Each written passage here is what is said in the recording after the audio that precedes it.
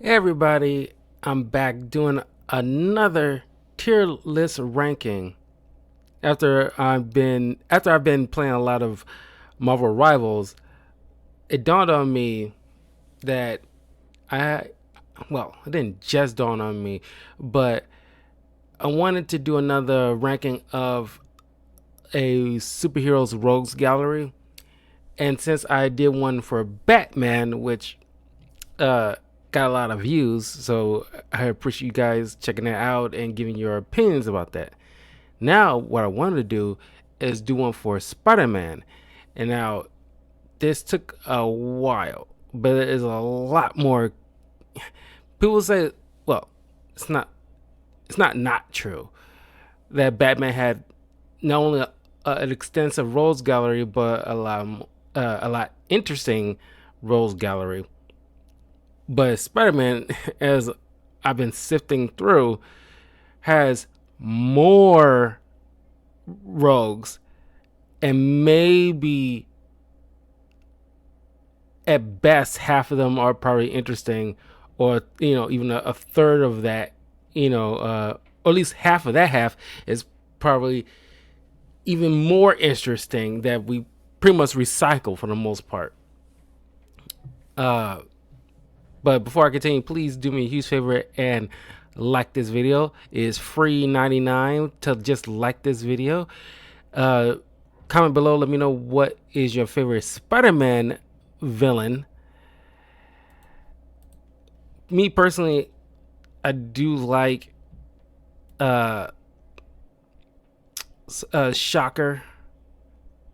He's one of the first Spider-Man villains I've seen in a comic. But I also like the Chameleon and Scorpion. Now, I don't have all the villains. Some of them are like I threw a few here that ain't necessarily Spider-Man specific villains, but he tangled with them in a serious way before. And there's some I kind of left out, like because there's a couple of new villains from like when they tried to constantly. Well, they kind of ran the whole Spider Verse because I did like a comic book review of the first volume of the Spider Verse events, which you can find on my YouTube channel, youtube.com/talkatocarl. And by the way, follow me in the links in the description below, you guys.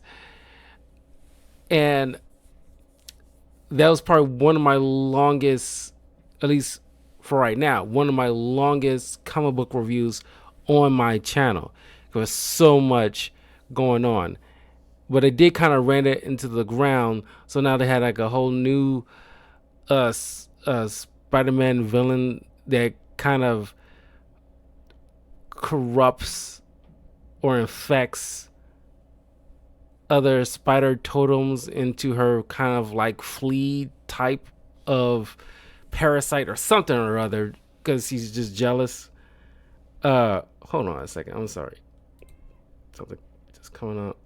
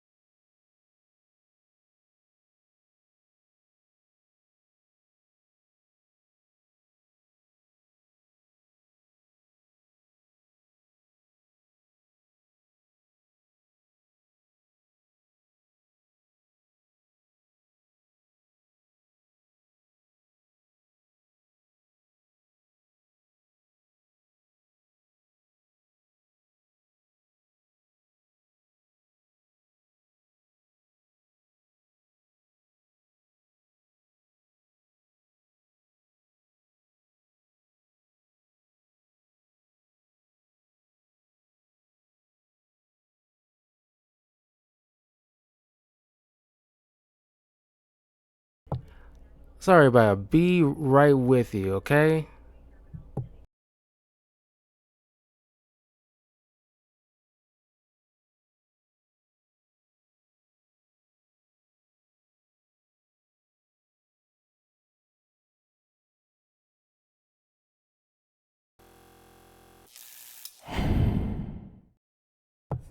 Yeah, be right with you guys. Sorry.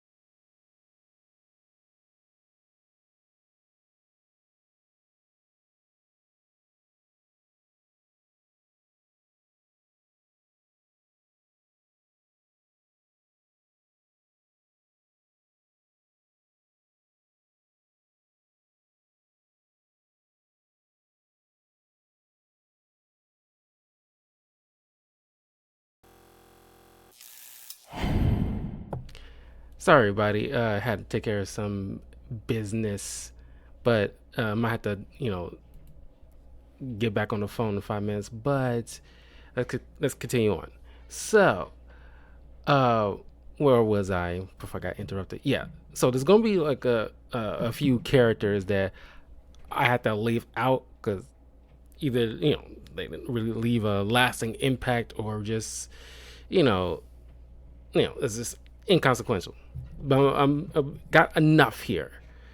Uh, so and I put to the side some uh people just to refresh a lot of you guys' memories on like who this person is and everything like that. So first things first, Alistair Smythe.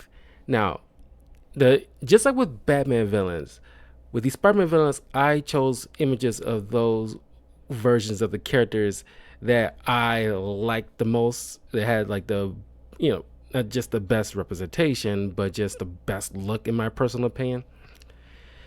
So Alistair Smythe from the '90s Spider-Man TV show.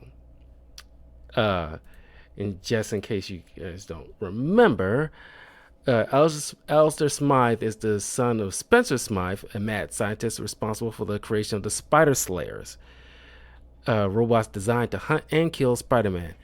After his death, Alistair carried on his work. So, yeah, this is his current updated look in the comics. He has more like some kind of armor esque Spider Slayer suit. And a lot of you guys are more familiar with his, wheelchair bound look. He was like a dope character in the '90s show, and ever since then, I mean, he's been used sporadically in the comics, fairly recently in the comics, but outside of that, nobody really used Alistair Smythe, which is kind of a shame because he's an interesting character, and the fact they created these spider slayers, these giant robot death machines to hunt down Spider-Man is kind of dope. Uh, I really wish he could have been utilized a lot more in other TV shows. But like I said, just like with Batman or even Superman, they certain writers tend to recycle the same characters instead of just try to select one and that's like the B or C list crew and elevate them, because a lot of these characters are freaking cool. Like, good example, this Spider-Man PlayStation game where they really elevated Mr. Negative, which we'll get to pretty soon. But man, that dude got, because of that game, he has a lot of love in the comics in recent years, and he's a very dope character. So Alistair Smythe, now not exactly my favorite Rogue, but I see the fact that he has so much potential, and he just, I don't know. Maybe it's more so nostalgia, but I really liked his character and his arc in the '90s show, and I really need to carry that forward because he has an impressive motivation to hate Spider-Man, mostly because of the Kingpin's influence, at least in that version. But I don't give Alistair, personally, I give him like a mid to low A tier. He's a dandy character. Uh, what was this? The Tarantula. Anton Miguel Rodriguez was a mercenary and assassin, best known as the Tarantula, a foe to Spider-Man. Since his unaliving, the Tarantula mantle has been passed on to other people. Yeah, I remember in most comics, because it was like a '90s or early 2000s comic where I remember this kind of like big brute of a dude, like obviously some Hispanic origin, in this black suit with a mask that cover his eyes. Uh, he seemed like some kind of like Bane type almost in a way, and obviously some kind of mantle clearly passed on from one character to the next.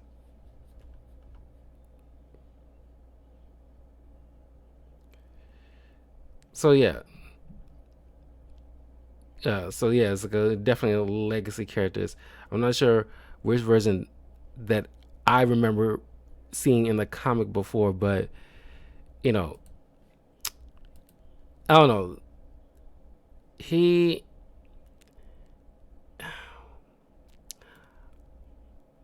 I'm gonna have to, from what I remember in the comics, he seemed like, at least the version that I saw, not this one, the image that I picked, but I couldn't find like the one that I remember to give you the idea. He was just wearing like all black. That's all I remember. But he was like a big brute of a mob boss. But I'm probably to give this guy an F, mostly because there's a lot of hitmen here and a lot of mob bosses. It's like he doesn't really stand out compared to the others. He could easily be, but he's just like a villain mantle, pretty much. Big Will, just like any, like, because a lot of Spider-Man villains are like kind of heist-based type of criminal thugs and whatnot. Most of them, and Big Will, from the uh, he is a legit villain. But the only time I think a lot of us would probably remember, now I'm pretty sure there's been like another iteration, but the first one I remember off the top of my head was in the '90s TV show, where if you remember Rocket Racer, it was like a little thing with that kid, which, by the way, nobody used Rocket Racer in anything outside of that show, which is crazy because it's like, I don't know, you would think like adding more original black superheroes to like the repertoire or the collage of black superheroes in Marvel, DC, Image. You'll think Rocket Racer could be something, but maybe because nobody used, like, he has like a rocket power skateboard. I don't think that, unless he do something fancy uh like do something like a a combination of Silver Surfer meets Marty McFly's hoverboard. Unless you do something, more updated version of that, where you can feel like, kind of like a glider. Maybe you can, like, okay, you can hang with a lot of these people to be like a legit vigilante, or you know, street level superhero. There, you can do something. But again, off topic. Big Wheel, it's just like it's an Ocean's 11 type of criminal. Just pull off heists with a giant wheel. Eh, D. I mean F. Is very like eh. We saw a little bit more with that character, maybe like something to do something interesting. Cause I don't know, just he doesn't really rise to the like. Yeah, I gotta see Big Will. You can do something interesting with him, but I don't know. Boomerang. Now, Boomerang, not recently, but like in the past couple of years. I mean, like not last year, but definitely like like a few years ago, he was like roommates with Peter Parker when he didn't realize he was Spider-Man. He was trying to turn over a new leaf and everything like that. If you recall, like Kite Man in the Harley Quinn show, I think it was around that time Marvel was really pushing Boomerang hard. Like every time you see like a read a Spider-Man comic, he's there somewhere, and it's like, are y'all trying to do a Kite Man thing with this guy? Because he's like come across like a Kite Man esque behavior, which I think I brought it up in my ranking the Batman villains, and I brought up Kite Man. I think Kite Man, when he was introduced in the comics or shown up in the comics during, especially during like the War of Jokes and Riddles event between uh, a fight, or at least like uh, like a war between Riddler and Joker on Gotham streets, with him and Batman, with Kite Man and Batman in the center of it all. And Kite Man was a lot more serious, or even in like Batman Brave and the Bold, he was a lot more serious of a villain. While unfortunately, the Harley Quinn show really made him like so goofy, where that's pretty much what people think of when they bring up Kite Man, and that, I'm afraid, is gonna stick, rather than acknowledging like, no, this dude is kind of like a serious character. And Boomerang is kind of like got that goofy Kite Man vibes, and it's like a combination of what Kite Man and Captain Boomerang mixed together would be. And I don't hate the idea. I mean, I'll like a low end D. Uh, 1 second, everybody.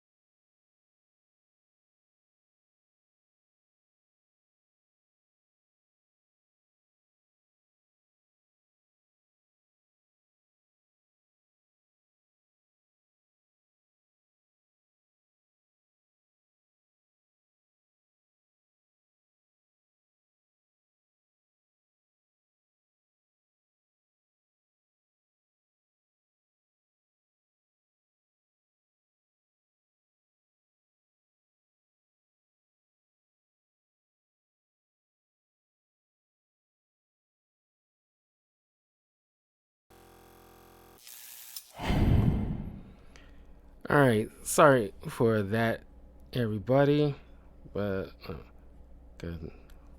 Set like my calendar for.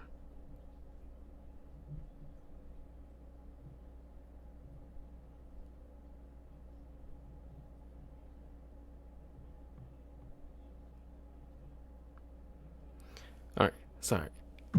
Had to set. Oop.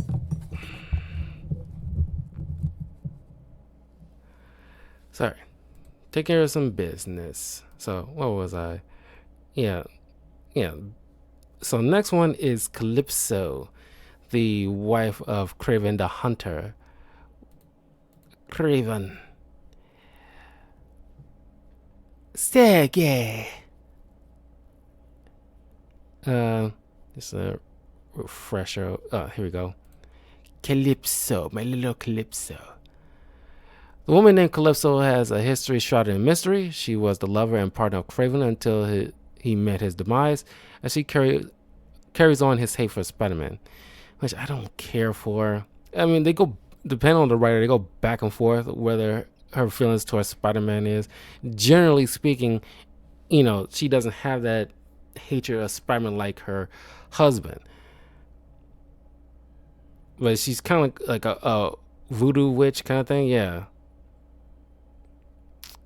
Uh,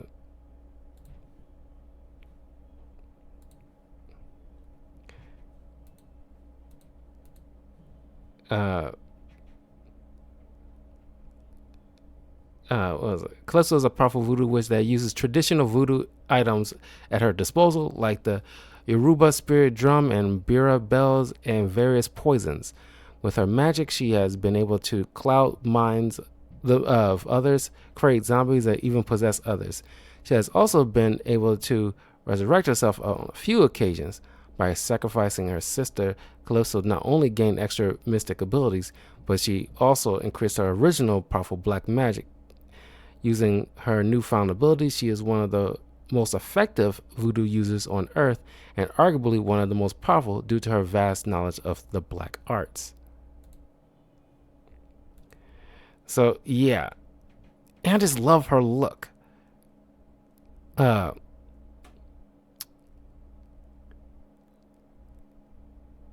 I'll give her a B. Because we don't get often that many, like, well, she's not like a traditional villain. She, like, if there's such a thing as like an anti-hero, she could easily be classified as like an anti-villain in a way, or just neutral.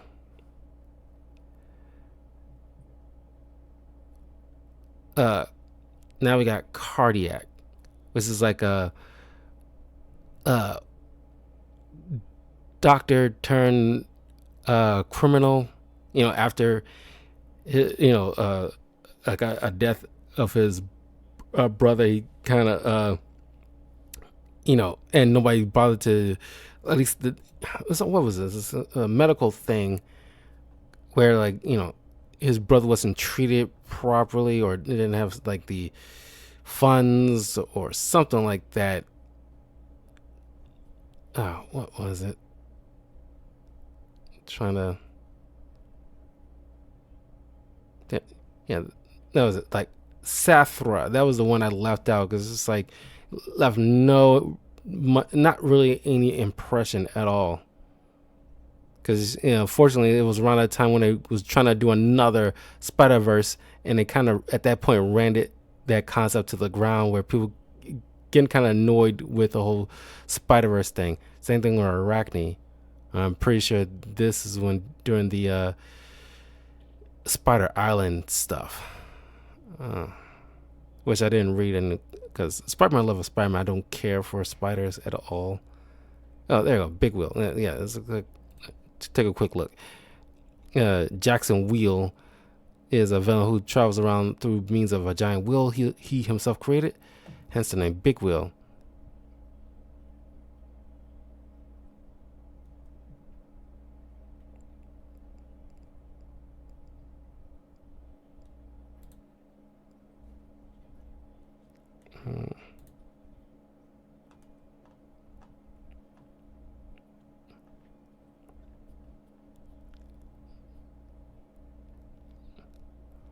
Oh, there you go. Cardiac.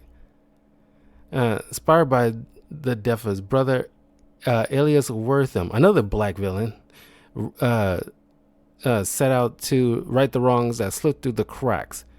He's a vigilante heart of. He's the vigilante heart of justice. He is Cardiac.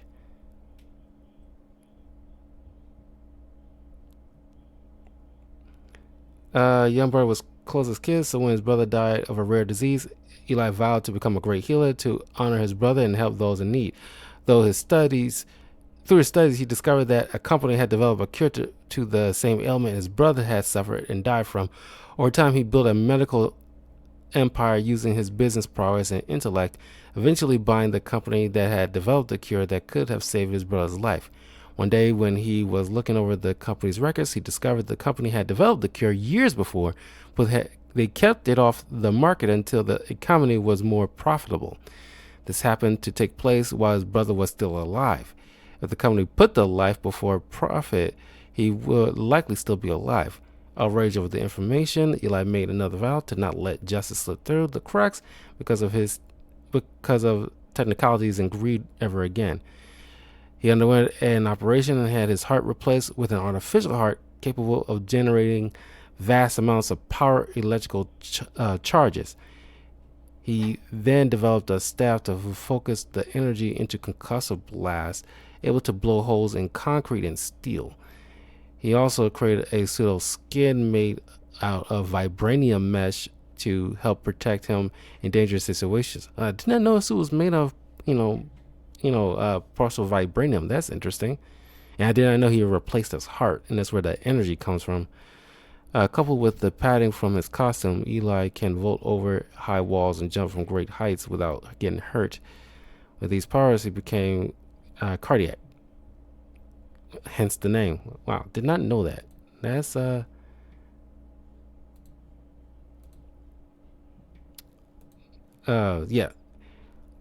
I'm gonna put an X. Like when I first read him, I think him. Like I don't know which came first, him or Shocker. When I first read a Spider-Man comic, but they was like fairly close together, and his suit looks so cool. Like a lot of '90s costumes, most of the time look really cool, and because like it might be a little biased, but I give him at least an A, because gosh darn it, man, I love the suit. So I give him that, mostly because of the suit. Carnage, S tier. Don't even need to explain why. We all love Carnage. Matter of fact, Venom, Carnage, Venom, automatic S tier. So I'm not even gonna, waste time with that. Now we got this guy Carrion, who has the power essentially to give disease or cause decay. One of the two. I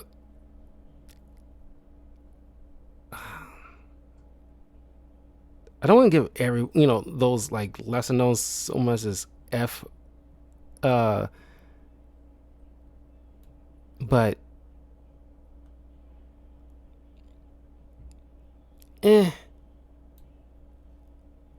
like I said, he has definitely potential.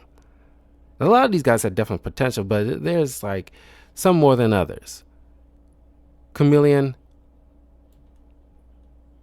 I gotta give it A. There's so much you can do with Chameleon, and after the way the last Spider-Man game left off, where it's like pretty much teasing Chameleon being like at least maybe not the main big bad, but like a secondary bad you gotta deal with. So cool. And I'm sorry, I know from his humble beginnings, because he's the brother of Kraven the Hunter. He has like in old school, he had like a mask that he can just, impersonate people. But in a '90s show, which I think should be kind of like a staple, in my opinion, to make it easier, because how can you easily like take the time to change outfits and a mask and all that stuff? That seems, like time waster.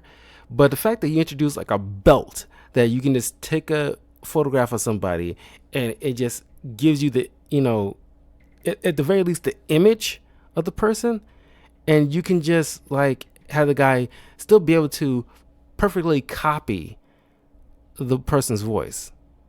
I mean, you could just have the belt do most of the work, but I mean, the '90s show really, did it best in my opinion in terms of utilizing the chameleon and being able to like just impersonate people.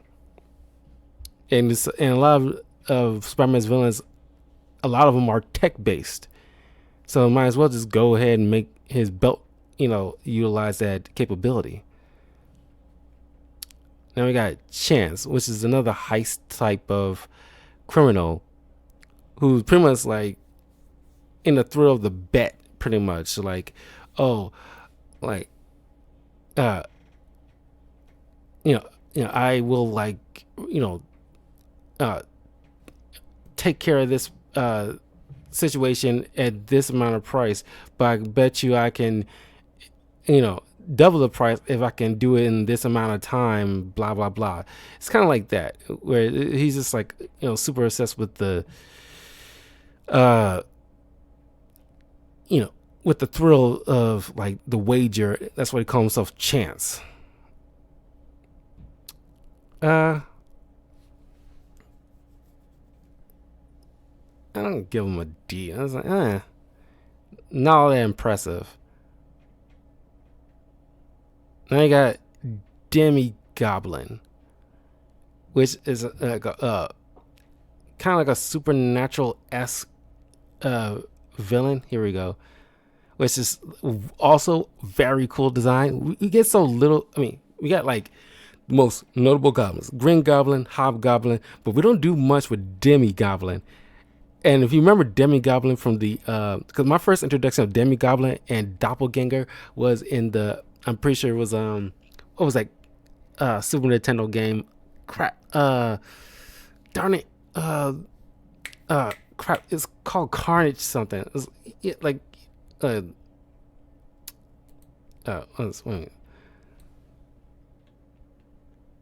Maximum Carnage. That was it. I was trying to like Maximum Carnage. If you remember Maximum Carnage, that video game, that's one of my first introduction of those two particular characters. And Demi Goblin, was the second Hobgoblin, Jason Masondale, became possessed by a demon after making a deal with Nashereth for power. But Jason rid himself of the demon he was host to. It became a separate entity known as Demi Goblin, and he looks so freaking cool. Give him an A. He's just like a cool looking character. Doc Ock. A lot of people put Doc Ock as their like second or number one Spider-Man villain of all time.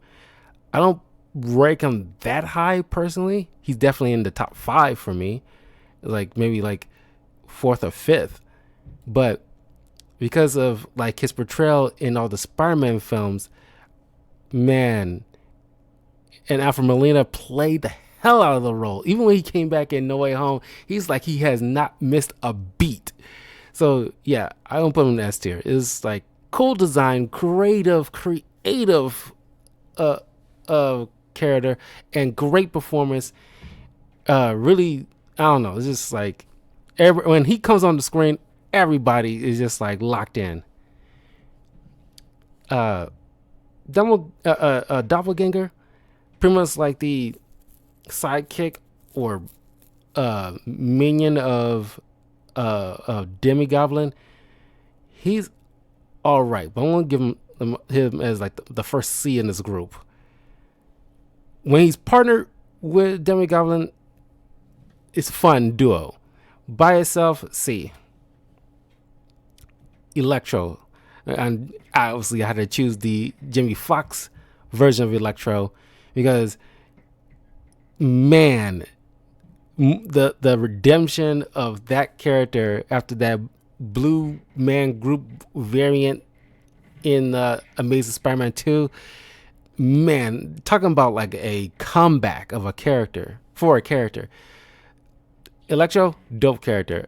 Like personally, yeah, I'm gonna give him like S tier. It is great, great character.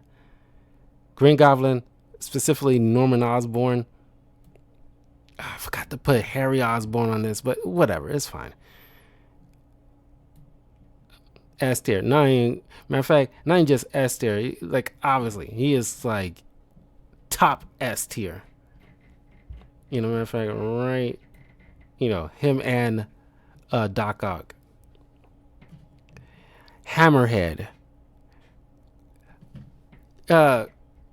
Cool character, especially in the video game. Like man, like they utilize that character well in the Spider-Man games, but also in the Spectacular Spider-Man, which honestly is my favorite variant of Hammerhead. It's like the way he talks too is like, because I know he dressed like a 40s mafia gangster, but you can still make that work. He just needs to wear like a suit, not based in the 1940s, but more just like any suit of the modern era, and just he can still keep that mafioso tone. It's fine. But it's like I just love the way he's like the big man, the big man. Let's give him like a B, a high B. Like he's pretty dope of a character. Hobgoblin, S tier, especially the '90s version. Voiced by Mark Hamill, who shockingly did not, apply too much Joker isms into that character, even though it's like you can just slightly tell. But so fun. Hydro Man. I argue they need to, in the next Spider-Man film, Hydro Man needs to come into play, especially given his history. If you look it up, or at least based off the '90s show, Hydro Man had like a relationship with Mary Jane, but it obviously became toxic, and he's very possessive and stalkerish. So given the fact that where we leave off with MJ and Peter Parker, where she doesn't know him and she obviously gonna date people, one of those people she dates has to be Hydro Man. And given the fact that he knows that this Maury Bench is not a good dude, but he can't just go straight up to Mary Jane because she doesn't know him like that. So his warnings ain't gonna be heeded, and she gonna look at him like he's crazy, and then cause this friction in him wanting to protect her, from this stalker psycho who has water-based powers, who can be anywhere if he wants to. You can do a lot there. And Maury Bench, man, talk about like a legit threat. A lot of these characters could be legit threats to Spider-Man. They ain't all goofy. And Hydro Man is probably one of his most formidable foes. If he wasn't like such an idiot. He's not like complete idiot, but he's kind of like more so like a bully, because I think in the '90s show he was part of the Navy, so he has some he's I won't say he's a thug or a brute, but it's kind of like he's kind of like Biff from Back to the Future, with a little bit of intelligence. But I want to give him a B. Maury Bench is like fun. You can have some fun with this character. All right, the Inheritors. As a matter of fact, I'm also gonna go bring up Morlun, even though I put them separately, because Morlun was our first introduction to the whole concept of the Spider-Verse, whereas like he's pretty much like him and his brethren, the Inheritors, are pretty much like a multiversal threat to Spider-Man and all his variants throughout the multiverse, because they hunt down spider totems essentially and drink their essence to sustain their life. And they're pretty much like Spider-Man, or at least the Spider-Man variants version of Doomsday, pretty much. I did my earliest Spider-Man comic reviews was with the first introduction of Morlun and Spider-Man taking him on, not realizing what he was up against. And it also the introduction of Ezekiel, who also had spider powers that he wasn't aware of, but he didn't choose to be a superhero with it. uh Morlun is, like a serious threat. The Inheritors all are serious threats. He beat Spider-Man's ass up and down New York City, and like almost not giving him any time to rest or any of an inch.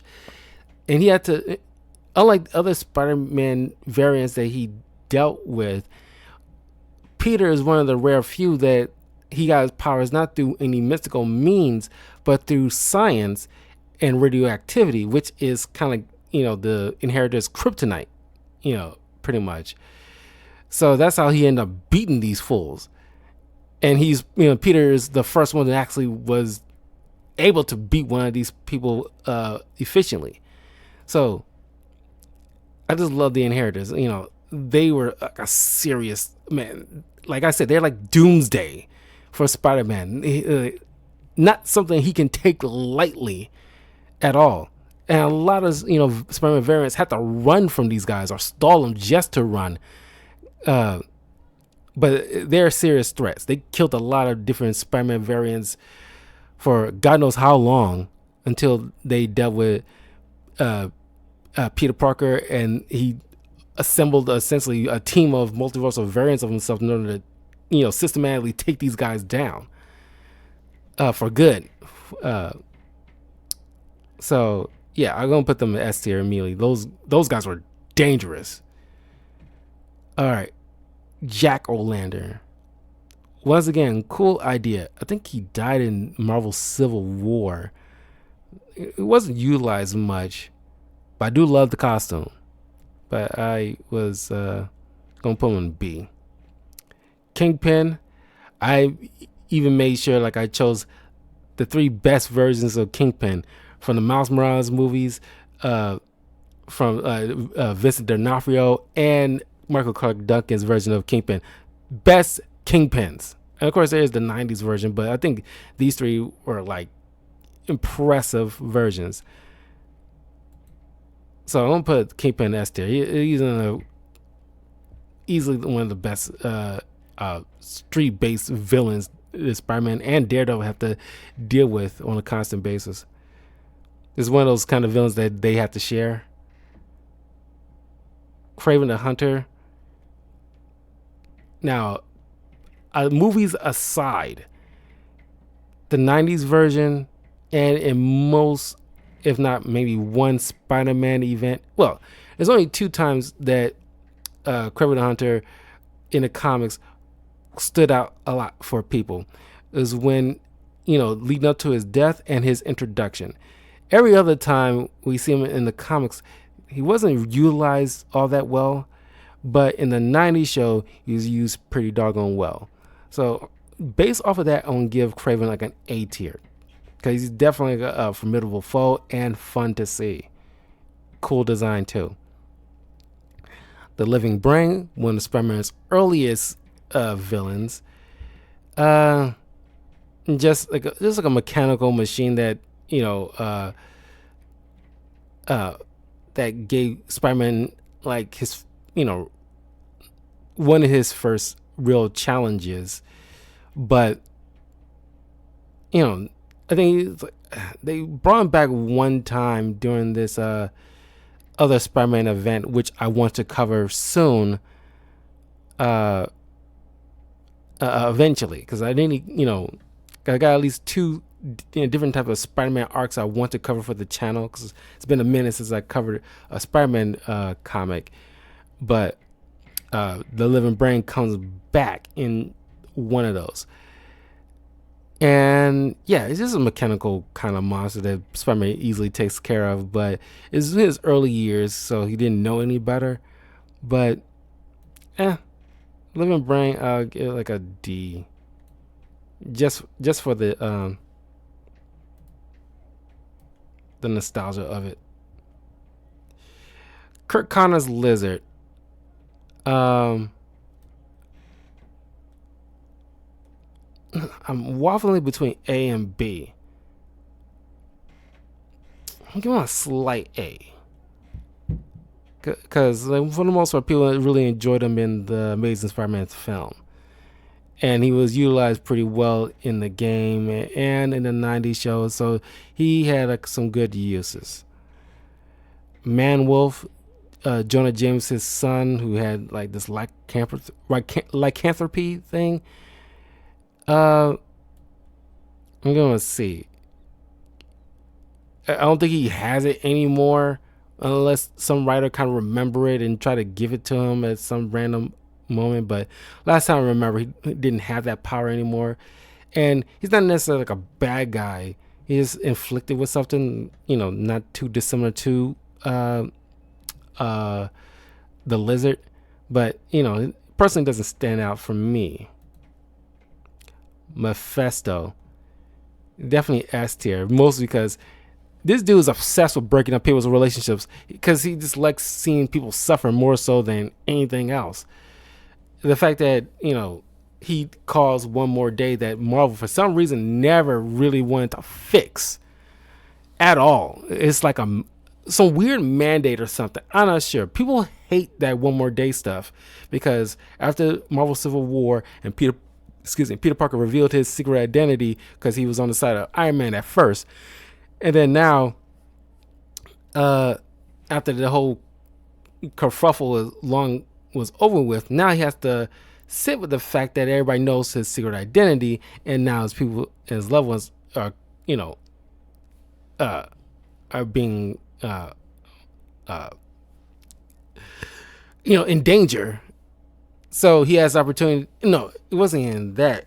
It was like his aunt was sick, and he didn't want to let her freaking go. Which, in a writing standpoint, didn't make any sense. Like, let this old broad go already. She lived a life. You hanging on is kind of selfish for Peter. And so Mephisto made a deal like, hey, I will save your aunt's life, but, I want something in return, your marriage. So it caused this whole kerfuffle that nobody cared for. It was so dumb. But he left an impact. So I gotta give him that. And Mephisto, not primarily a Spider-Man villain, he's mostly primarily a Ghost Rider villain, to be honest. But he has like a major influence throughout the Marvel universe for various heroes and villains. So I gotta at least give him that. Mirage, kind of like a illusion caster type of villain that tried to go straight at one point, but ends up falling back into criminal activity. Because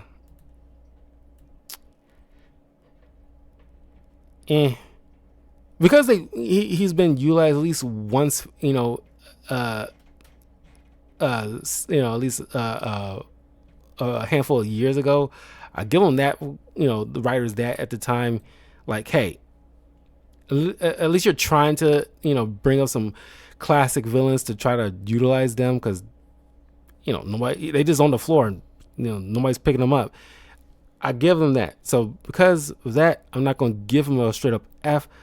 I'm going to at least elevate him to D. As a matter of fact, that's probably appropriate given what we have in D and F. Boomerang, Chance, Living Brand, and Mirage have been utilized in the past several years at the very least, while Tarantula, Big Wheel, at least I'm not sure about Big Wheel 100%, and Carry On hasn't been utilized at all. Barely a thing on anybody's radar. So at least, give kudos to these four for at least coming back in some capacity in modern day. Now you have Mr. Negative. I'm gonna at least give him an A. Matter of fact, I'm gonna give him a high A.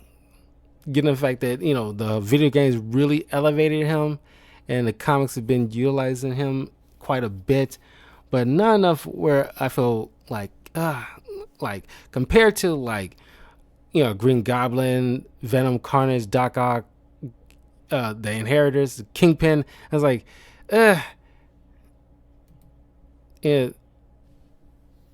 but I'll give him like a high A. See, look at any, just making sure anybody got any like Molten Man. I think Molten Man was related to Betty Brant.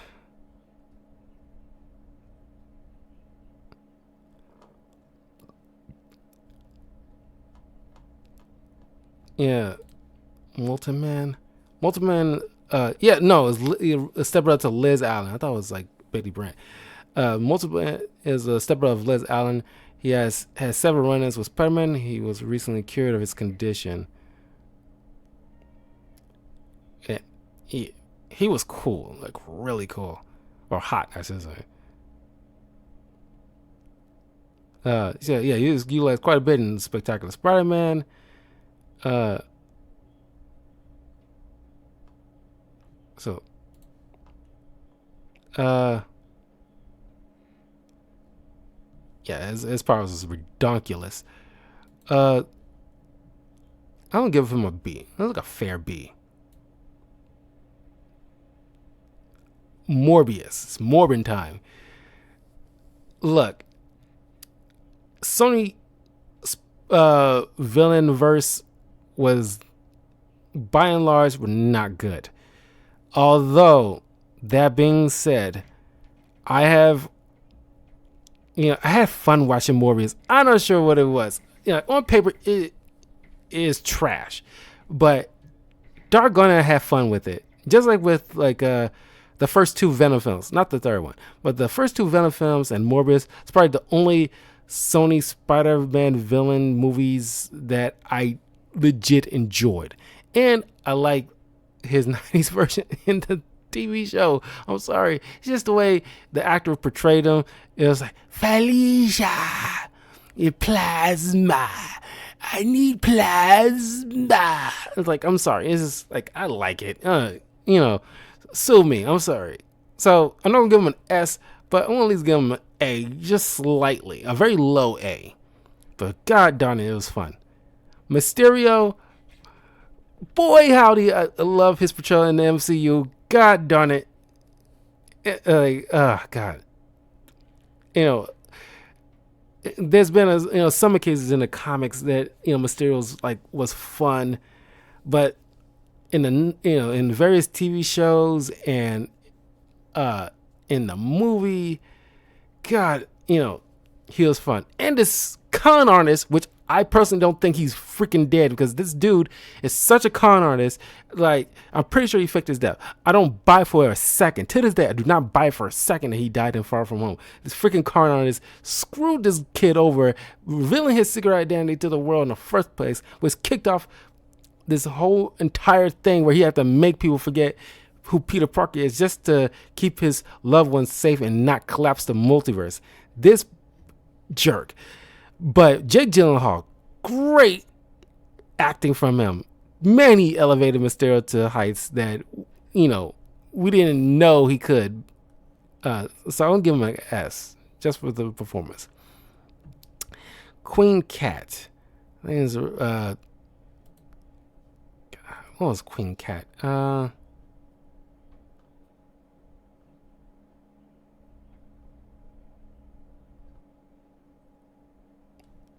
Remind me of King Harry Osborn's fiance, who absorbed a unique variation of the Green Goblin serum that allows her to shapeshift into a goblin. After losing those powers, she assumed the persona of Queen Cat. Wow, very low tier. I don't know. It's kind of a dope little look to her. Not that much. Yeah, this not so much, but I don't know. She's calling herself Menace, I guess.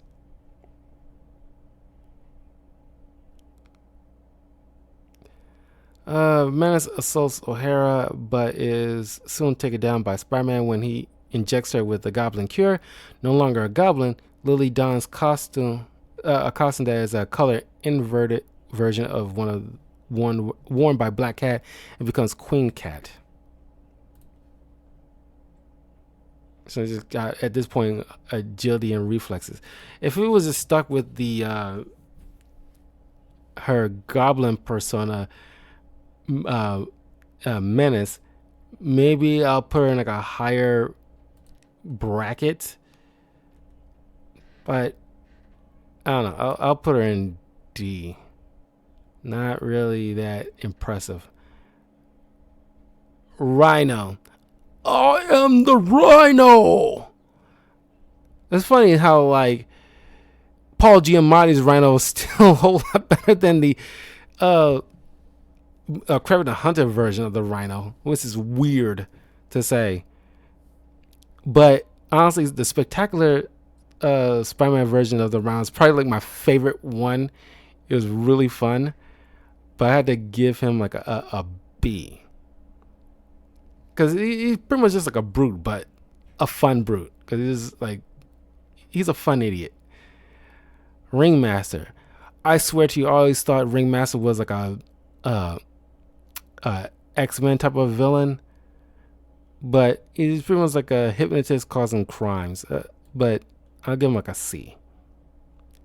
Sandman, a B. It's fine. And I do like the live action version of Flint Marko personally, but you know, the spectacular Spider-Man version is second best. It's like he's not necessarily like he's more like an anti-hero at this point in the game, but man, he's a fun character, a good throwback villain for Spider-Man. Scorpina and Scorpion. Scorpina pretty much took up the mantle of Scorpion. Mac Gargan. Like I said, Mac Gargan's like one of my favorite Spider-Man villains growing up.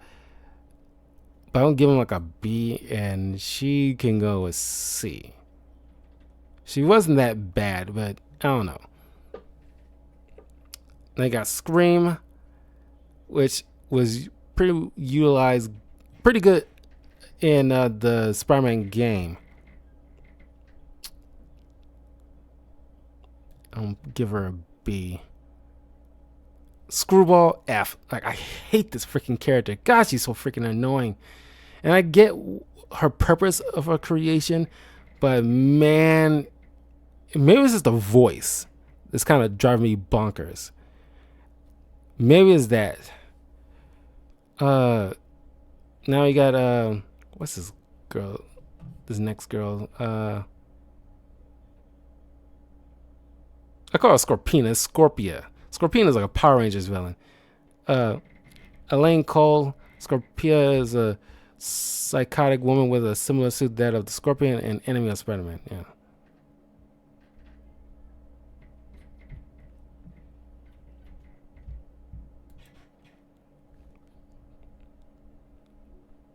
Yeah.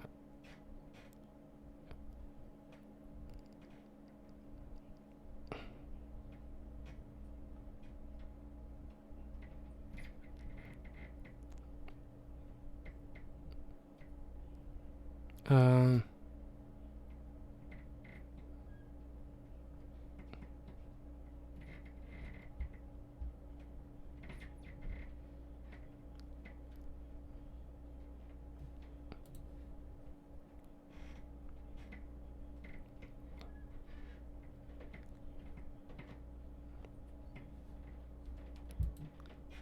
What was that? What's that? What's the name?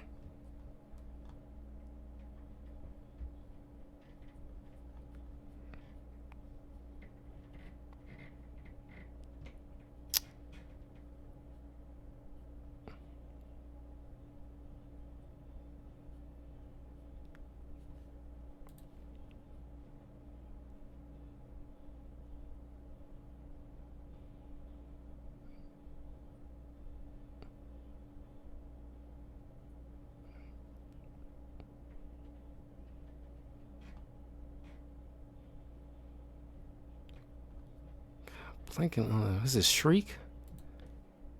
Pretty sure it's Shriek. Yeah, it's that's Carnage's girlfriend, the Psycho. There you go. A drug dealer slash rock groupie whose mutant abilities were activated after a confrontation with Cloak and Dagger. She later became Carnage's girlfriend during Maximum Carnage. I'll give her a C. Silvermane. I think they did an impressive job updating, this mob boss Silvermane in Spectacular Spider-Man. Even though most people will remember him in the '90s show, where he's like a decrepit old man, but like he's constantly reversing from his, because of this tablet, keep reversing his age from young kid to middle age to old man. I think Spectacular Spider-Man did best where he's old but not like decrepit, and you got to use a suit in order to actually move a bit and pose like a serious threat. Silvermane's dope when utilized effectively to show that he's not just like an old man compensating. No, he has power, but his physical capabilities in this day and age with supervillains and whatnot to really stand out and pose like a serious threat, because he always is in opposition to Kingpin's reign. So he needs like something to kind of like, apply force to his, mental fortitude. So I'm gonna put him like a high C. Sin Eater, the man who killed pretty much Spider-Man's version of, Commissioner Gordon, Jean DeWolf, who had like a thing for Spider-Man, but she wasn't able to convey her feelings before she got killed by this guy. And the dude was brought back to life during this very terrible Spider-Man run a few years ago. He was just some psycho with a shotgun, but now is infused with some kind of hell shotgun or something that kind of robs the sins of folks or something. It was something stupid. Personally, I'll give Sin Eater an F. I don't care for Sin Eater. Wasn't all that interesting. Swarm, another character, wasn't all that interesting to me. Now you got the other symbiotes besides Scream. You got Lasher, Riot, Rot, things like that. A Riot, as I say. Lasher, Riot, crap. What was the other guys?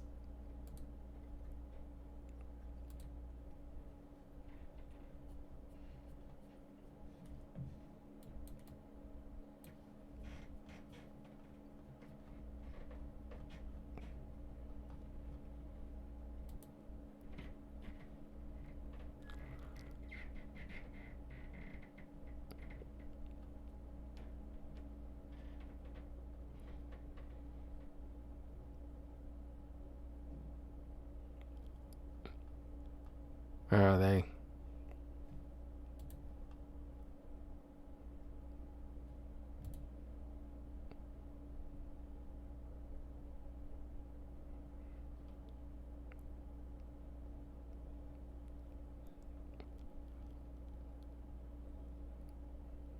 Uh,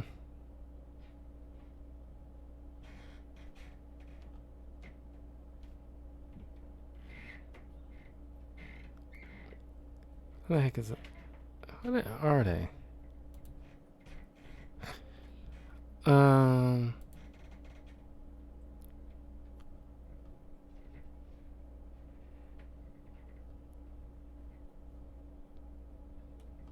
Probably on number one.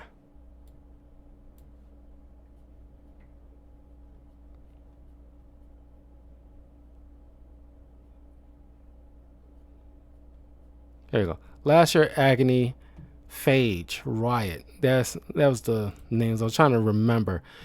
Those are the symbiotes. I just thought I'd group them together because all of them will be C to me. They I'm pretty sure there are people who like these other characters, but aside from Scream, None of the other ones really left that much of an impact, the same degree as like Venom and Carnage, because there's something very unique about them that really stood out.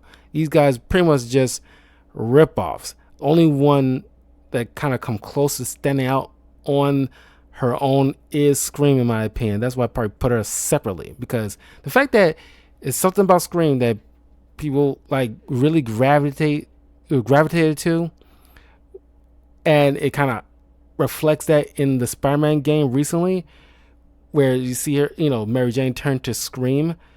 So it's like, yeah, there's something about that character that kind of stands out, that kind of just slightly elevates her from the rest, to at least show that she has potential, really standing out on her own as a credible villain. The others, not so much. So I'll give them a C. They're not terrible ideas, and they, obviously serve a purpose and what have you, but they don't really stick out that well. They just seems just, rip-offs. Taskmaster, of course, he's most like, one of those kind of villains that everybody pretty much, every superhero kind of deal with at one point or another, because he copies certain people's physical prowesses after he watched them move. Like, he's dealt with Hawkeye, dealt with Punisher, Deadpool, Captain America, Black Widow, Black Panther, and Spider-Man. So, and Daredevil. So he's dealt with a lot of these guys. Moon Knight. So most of people he dealt with are street-based or espionage type of people. So I thought I'd throw him in here because he has runs with Spider-Man quite a bit. So I'm gonna put Taskmaster as an A. Beetle. Now the current Beetle is like a woman that's dating Miles Morales, but I'm going with the main one that's been like a villain to Spider-Man, which I'm assuming was like her father or something. Another heist villain, like a low end D. Now the burglar that kind of like with Batman with Joe Chill, this burglar, I'm pretty sure we eventually got the name of this burglar, which personally I think most people would prefer not to know the person's name.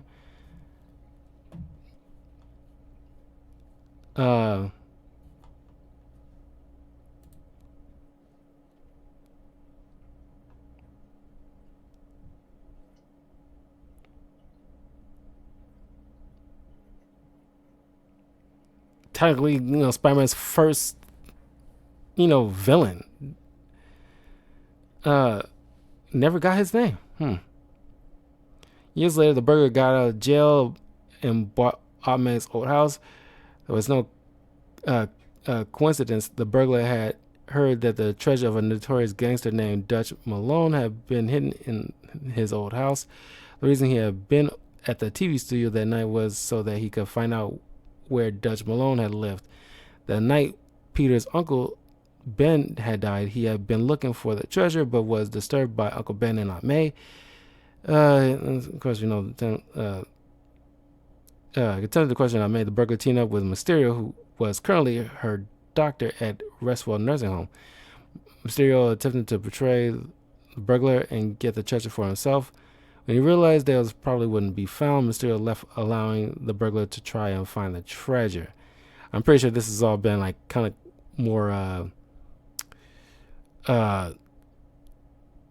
retcon a bit.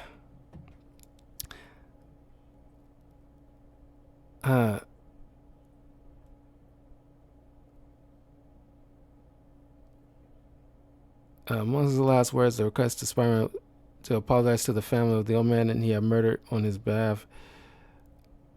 And he had like a daughter, Jessica Carradine, who Ben Reilly dated during a period, who worked as a photographer at the Daily Bugle, which is kind of weird. Oh, here. the Sensational Spider-Man. I really want to reread this because I only read parts of this, and that's when one of my favorite, arcs with Mysterio that's inside. I really need to pick up Sensational Spider-Man and like read that and review that because it's something about Spider-Man and Batman in the snow. Kind of like, I don't know, something about it is kind of fun to see. I don't know what it is. It kind of just makes the costumes pop or makes the setting really elevate for some reason. I'm not sure. It's something about it. Anyway, the burglar, just because of what, the domino effect that he set off, I'm gonna give him a high A. The enforcers, Ox, Dan, and what was it?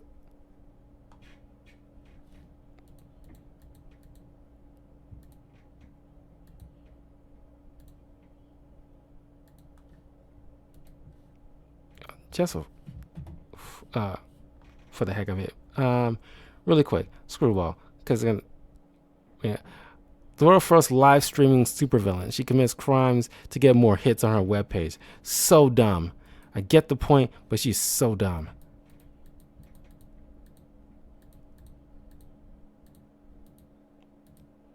I put the enforcers in a single photo because they always together anyway, so I'm just gonna lump them together.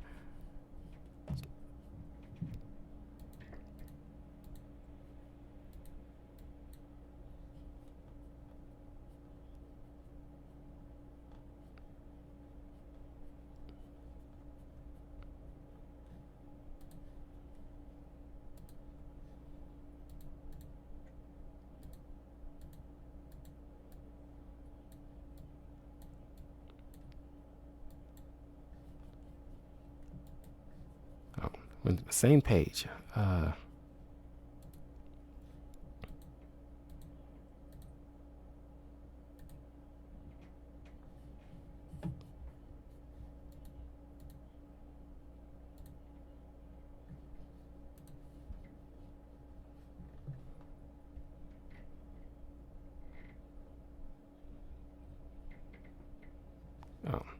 don't tell me it was like a first page, really?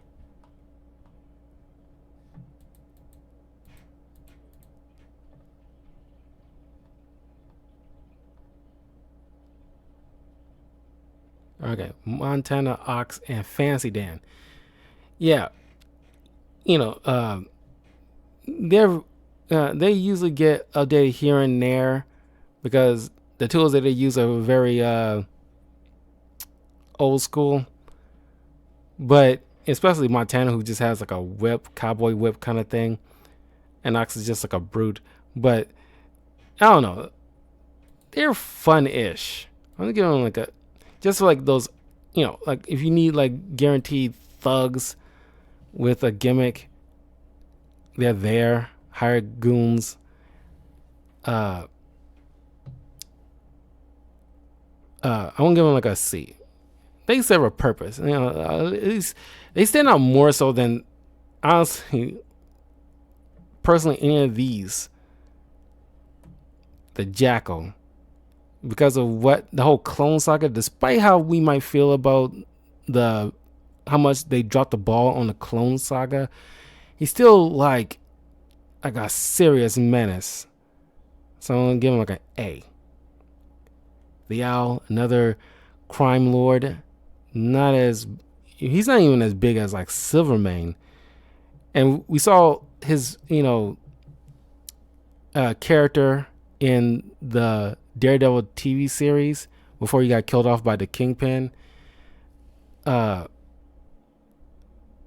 I'm gonna give him like a D. It's really not all that impressive. The Rose, another crime boss. He's definitely a big deal, more of a big deal than Owlsley, but I'm gonna give him like a C. Shocker. My personal bias, he's an S. when he's played seriously, he is great. The Spot, mainly because of the Miles Morales movies, he's really been elevated to an insane degree. So I'm gonna give him an A just for that. Uh, what is this? Uh,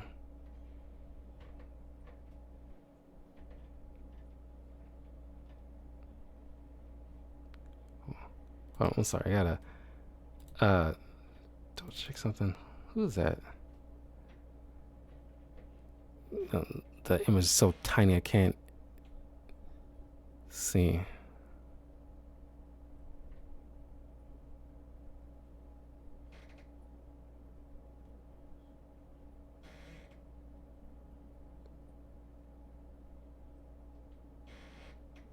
Oh, Trapster. Oh, okay. Base Pot Pete. Yeah. He, man, it's another joke of a. I won't say he's a joke character, but certain iterations, when they use Paste Pot Pete, around like the mid 2000s, they really try to take him like, you know, like a serious criminal where he's committing crimes utilizing the sticky substance, which is a legit uh, uh, threat for Spider-Man if played seriously. Because yeah, Spider-Man who relies on agility, who relies on sticking to a surface but not too long, getting trapped by glue or paste or whatever, does hinder him quite a bit. But he's in the same vein as like Boomerang to a degree. I'm gonna put him like a high D. Tinkerer, he invented a lot of tech for a lot of Spider-Man and Daredevil villains. So he has the intelligence. He isn't like in the fights a lot, if at all. But I'm gonna give him like a B because of what he was capable of, like giving a lot of these villains the means to be legit threats. Tombstone, I'm giving him like an A, because once again, another kind of rival mob boss who, like, yeah, Kingpin is like the tippy top of a mob boss, but you got him, Mr. Negative, Tombstone, and Silvermane, and depending on who is writing it, Hammerhead, who can easily lead his own crew, but sometimes we see him working underneath somebody. But those are the primary kind of big deal mob bosses in Marvel Comics that actually not only has the influence but the skills and power to back them up that people really can't really go up against like that. Vermin, F, not really a big deal. Vulture, one of Spider-Man's very first villains, at least tech-based villains that he had to deal with. And because of Michael Keaton's portrayal, yeah, I gotta give him like a S tier. Then you got White Rabbit, last one.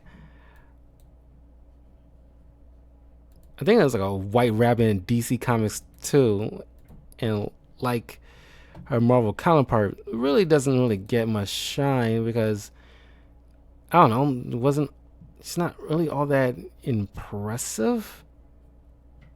But yeah.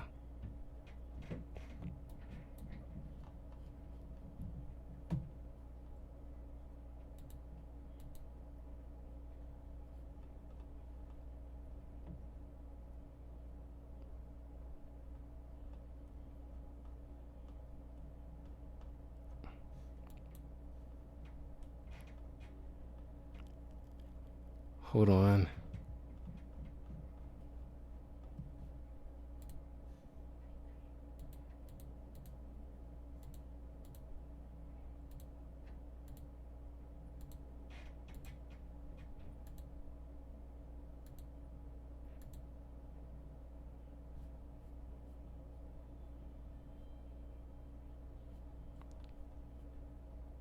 There you go. White Rabbit. Uh, the White Rabbit is a young woman with a dangerous obsession with Lewis Carroll. She's an enemy of Spider-Man. Born from a wealthy family, White Rabbit grew up in a safe, secure environment and was showered with all the material possessions she desired. However, she was bored and only found entertainment from old novels such as Alice in Wonderland, her favorite.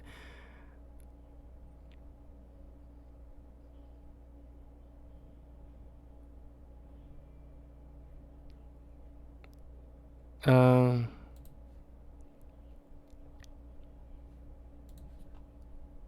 so I don't really have that much powers. Let me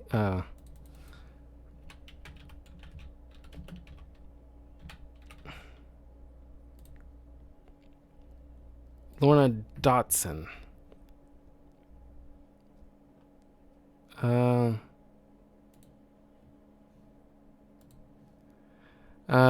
White Rabbit has utilized a variety of weapons and equipment, including a giant, heavy-armed robotic rabbit that she could use as a steed, genetically altered killer bunny rabbits, an umbrella that fired explosive and razor-tipped carrots, and a pair of rocket boots.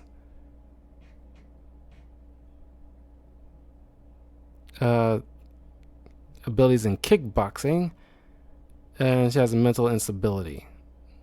Maybe it's because of the outfit. And I do. Alice in Wonderland is my favorite book of all time that I've read over and over. Call me biased, but I will at least give her a C. A low C, but a C nonetheless. So, here's my ranking of all the Spider-Man Rogues Gallery. It's been a lot. So, S tier: Green Goblin, Norman Osborn, Doc Ock, Carnage, Venom, Electro, Hobgoblin, Morlun, The Inheritors, Kingpin, Mephisto, Mysterio, Shocker, Vulture. A tier: The Burglar, Mr. Negative, Alistair Smythe, Cardiac, Chameleon, Demi-Goblin, Craven, Lizard, Mysterio, Morbius, Taskmaster, Jackal, The Spot, Tombstone. B tier. Let's check this out. Okay. Hey Stella. Sorry, just double checking. B tier. Hammerhead, Callisto, Hydro-Man, Jack-O-Lantern, Molten Man, Rhino, Sandman. Which, by the way, Rhino and Sandman usually are teaming up in a lot of cases, like in Spectacular Spider-Man. Scorpion, Scream, The Tinkerer. C tier: Silvermane, Doppelganger, Manwolf, Ringmaster, Scorpia, Shriek, the other symbiotes, Riot, Lasher, etc., the Enforcers, the Rose, White Rabbit. D tier: Trapster, Boomerang, Chance, The Living Brain, Mirage, Queen Cat, The Beetle, The Owl. And F tier: Tarantula, Big Wheel, Carry On, Speedball, Sin Eater, Swarm, and Vermin. Whew. Those are the Spider-Man Rogues. Oh, God. I'm curious to know what you guys think, because I'm pretty sure there's been a lot of rogues, and I think I covered at least a good amount of them to be satisfactory. But I'm curious to know who you guys would have added to one of these rankings. Which one of these would you guys, switch around a bit? Because I know we're not going to agree on all of it. But I think I'm pretty satisfied with what I'm looking at here. But leave a comment below. Let me know what you guys think. I'll be back in a little bit as I cover some more reaction videos because I couldn't do it Saturday because I was like, busy most of the morning and I was too tired to deal with it when I got home. So I want to deal with it today. But anyway, I'll see you guys soon. Take care. If not, I'll see you guys, tomorrow. Peace.